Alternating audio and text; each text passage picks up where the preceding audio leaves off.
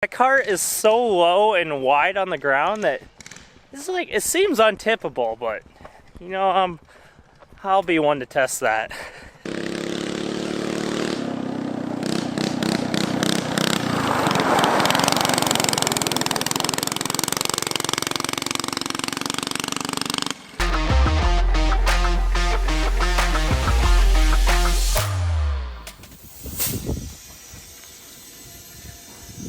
Why? Walking out with a pusher cart with a formula motor on it. I need those rims. Brand new.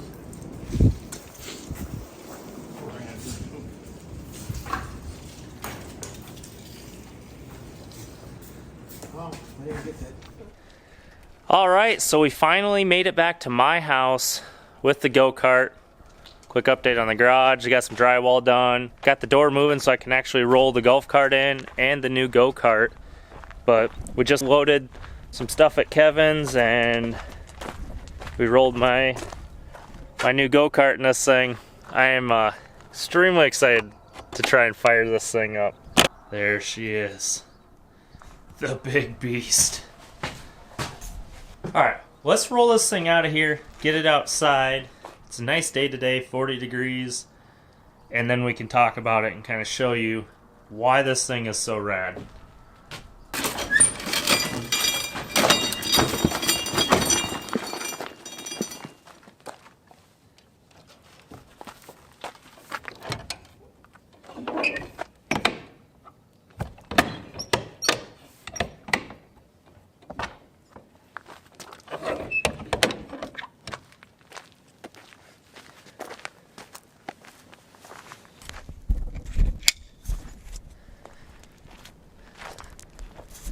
Alright, here is this badass machine.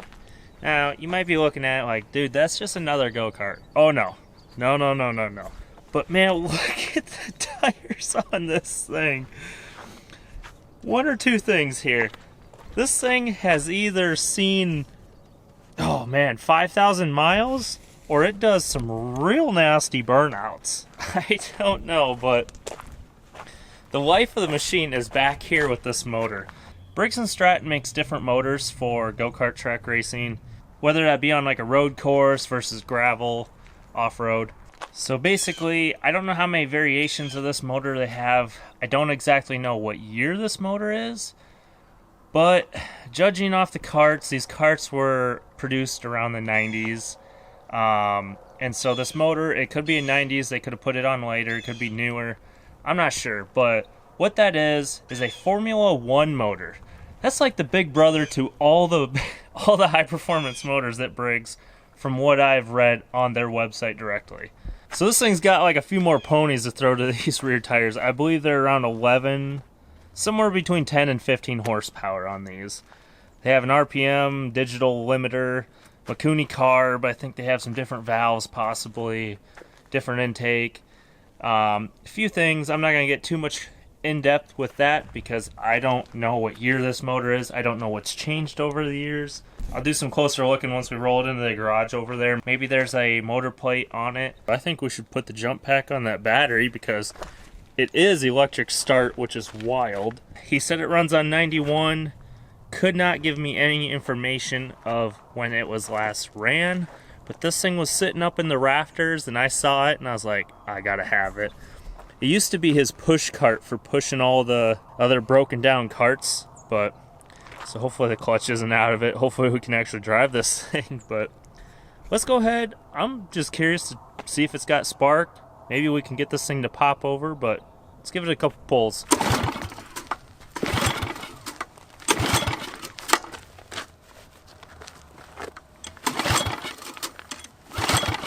Go ahead, man, get a sprinkle of fuel, toss it in there, hook up a jump pack and see what happens.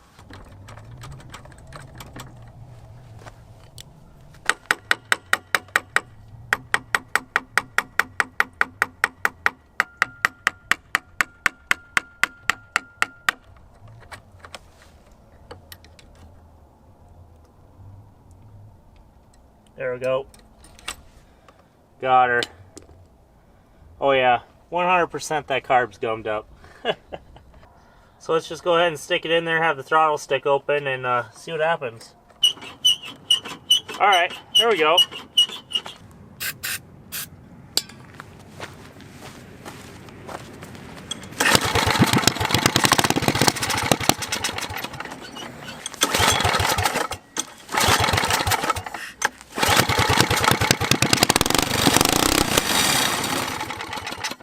Well, we know it'll run. It's definitely not gonna move. See back there, there's that crack that holds our small sprocket onto this shaft, which goes over to our torque converter. So basically it just spins inside the sprocket and won't move it. I don't know why that would have snapped. Nope. But also we're not getting any fuel. As gummed up as that throttle was, for sure we're gonna have to pull this apart tonight. That fuel pump, see if we can't get that thing. We can use some compressed air maybe to see if we can get some fuel flowing through that. A lot of times those dry out, but if you can get fresh fuel through them, sometimes they start working again. Kind of. Why does it sound like a dying whale? Well, this sucks. I mean, it's not like I can't weld it, but looks like we have an inner support here or something, some extra tube. But basically the frame snapped right there and there. Same on the other side. The whole assembly of the rear end is actually sliding off of the frame. That's not good. We need to push that back on so those wires don't get stretched anymore. Alright, now the garage door works. You got the mower in there. Got the new Go Kart. Let's go get the frickin' crazy one. Yep, the golf cart. We got some more work we gotta do to this thing. I don't want to say it doesn't scare me, because when you finally admit that to yourself, that's when you get hurt. So you gotta be scared just enough to know your limits with something completely stupid like this. Let's see if she'll fire up and drive over to the garage.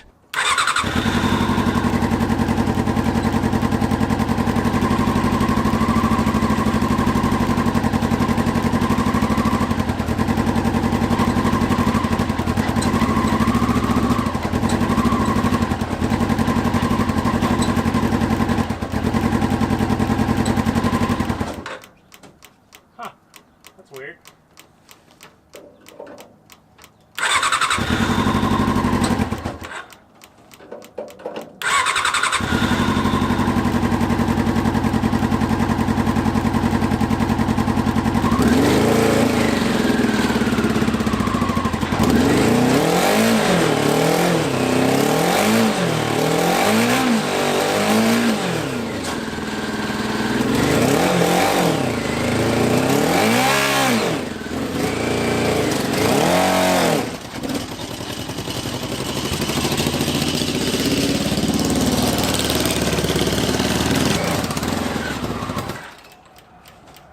Good enough.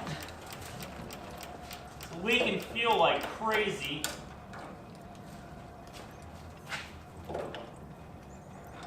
Ignition's messed up. Alright, we're gonna let this thing dribble out whatever fuel's left in the line right there. Obviously, this thing needs some more help, to say the least. We got flat tires, a giant fuel leak, and if anybody knows anything about me, everything catches on fire, so hence the name. That's probably why. It's a curse, really, my name being Phoenix. It's just, it was destined.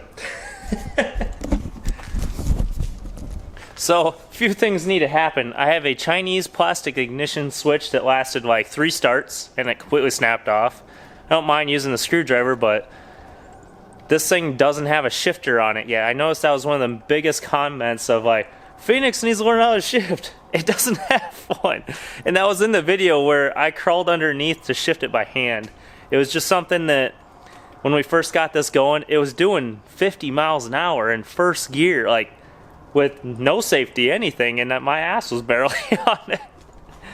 So it wasn't a priority by any means. Well, now that we have so much better gearing on this thing, it makes sense to put a shifter on it now.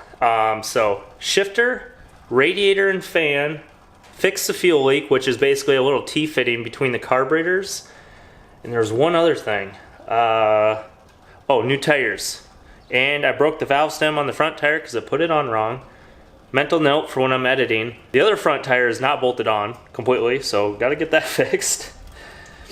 And just little stuff, like I need to change the ignition to make it better for me to reach. So let's say I put a harness on this so my ass is completely strapped down. One thing that I want is when this thing goes over, I want to have a net right here so my foot can't fall out. Every story I've heard on these things that does not end well is people tip them over, their leg falls out, and either that crushes it, or that whatever be. Well, with the net on there, I actually have a harness for it to strap myself in. I need to put a backrest back there. So if this thing tips over, all I gotta do is hang onto that steering wheel for dear life so my arms stay in. My legs should be good. Now with that being said, let's say the gas pedal sticks wide open on this, 1980s whatever Huracan 600 this thing was. I need to be able to shut that ignition off, so we need to relocate the ignition there. The light switch for the headlights I can leave up there, that's not a big deal. And so this is like our clutch here. There's no brakes on it, which I'll be hooking up to the brake pedal. I'm not sure why they're not working, but you could probably make your best assumption there. Other than that, there's definitely an easy day of work left on this thing for it to kind of be a turnkey, pull out of the garage and have some fun every once in a while. So that's coming in the next video. For now, we're gonna focus on this thing. I am dying to get this running, so fuel's done leaking. Let's push this in the garage, shut the door, get the heat back on in here, crank some music, have a cold beverage, and get to work. We're gonna go ahead and pop this off, take it to the shop, throw it in the ultrasonic cleaner, get this thing brand new. All right, there we go. Moment of truth. How bad is it? Nice! Barely, just a little bit of junk in there. Super clean. Definitely happy with that. Still gonna pull it apart just because that throttle is so sticky, so there is some cleaning that needs to be done on this.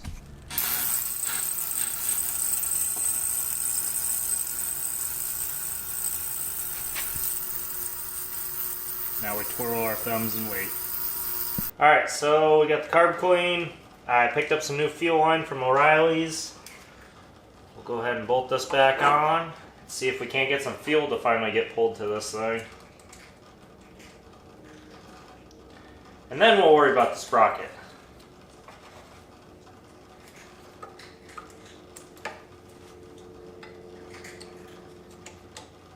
Also, good thing I noticed the choke lever was kind of acting up. The two little screws that hold the little butterfly valve were actually halfway out, which is not good. Also, I redid this floor, which I absolutely love just because it's got that custom look. But if you drop anything on it, it's like gone forever. You can't see screws, you can't see bolts or anything when you drop it on this floor. I have to keep a dedicated magnet on the side of the wall just in case I lose anything. Okay, well, that's something.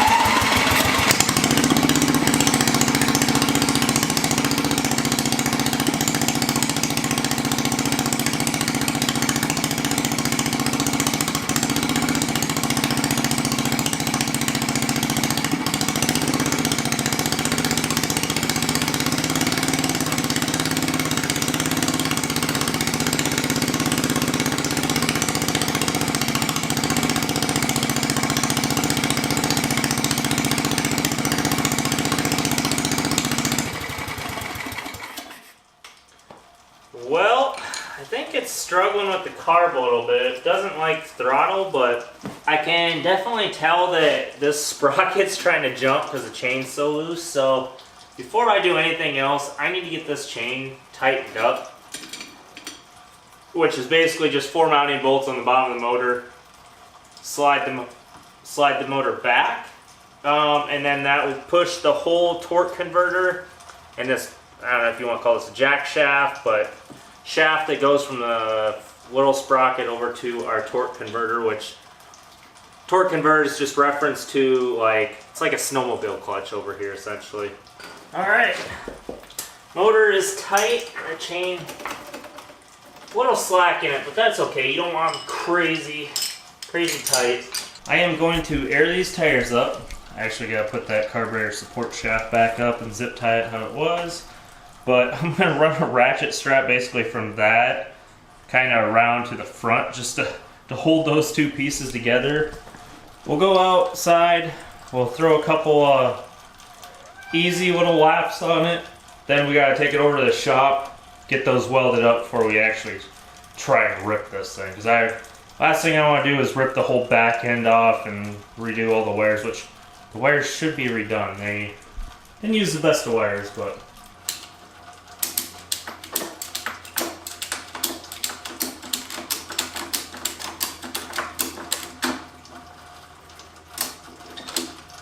there we go.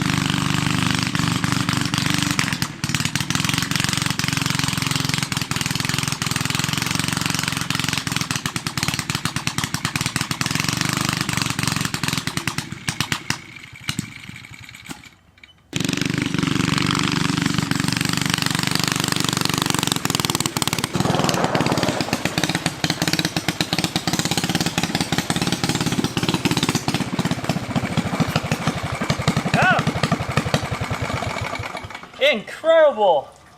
I actually have brakes on something for once. That chain is definitely, it's popped off on me twice. I don't think it's the right chain. I don't know shit about chains, but look at all that wiggle room on it. It's like it's the wrong chain for the sprocket. Same for the little sprocket too. It wiggles around, but that motor came loose again, or it's stretched a little, moved, I don't know, but well, there you have it. That was a solid first rip. I don't know what's going on. It's like the carburetor's not working right, but that thing is 100% cleaned out. Maybe I'll pull it apart again, maybe it plugged a jet or something, but so I'm gonna go run to town quick, for sure get a battery. Gotta fix 2 wire connections. They ran like house wire on it, so gonna change that out for some better wire with actual connectors. Right now the wires keep pulling out. The main power wire from the battery to the starter keeps pulling out, so definitely need some wiring upgrades.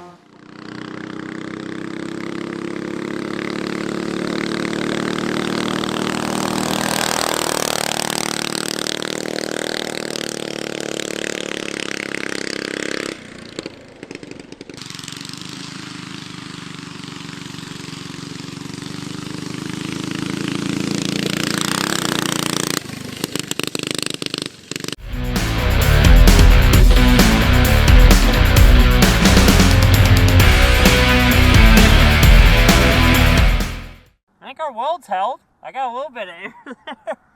I was worried that I was going to end up over there and the motor and my seat just disappeared. Let's go ahead and go over there and go do some donuts, see how well these tires grip. And I got to fix I got a battery that's rated for 6.5 amps. It's not enough to turn over the compression of this motor, so you got to help it out a little bit.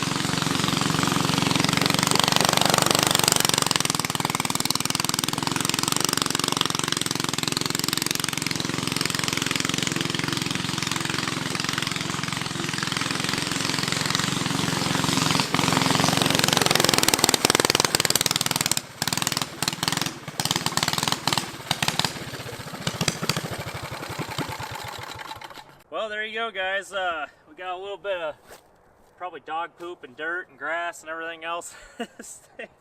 These tires grip so much more than those original bald ones. As you saw, I can't hardly even do a donut with this thing on dry ground, but it's running okay. Running a hell of a lot better with the new fuel pump.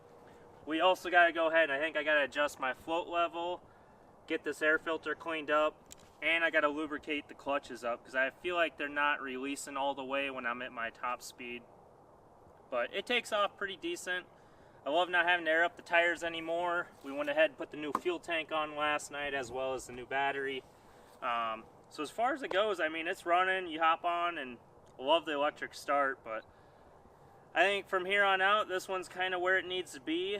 The only other thing I'm going to change is probably powder coating it and making it look nice. But anyways, if you like what you're seeing, guys, go ahead and hit that subscribe button, like button, leave a comment. And I believe we're going to next week put it up against the golf cart and maybe do some down and back challenges between the two.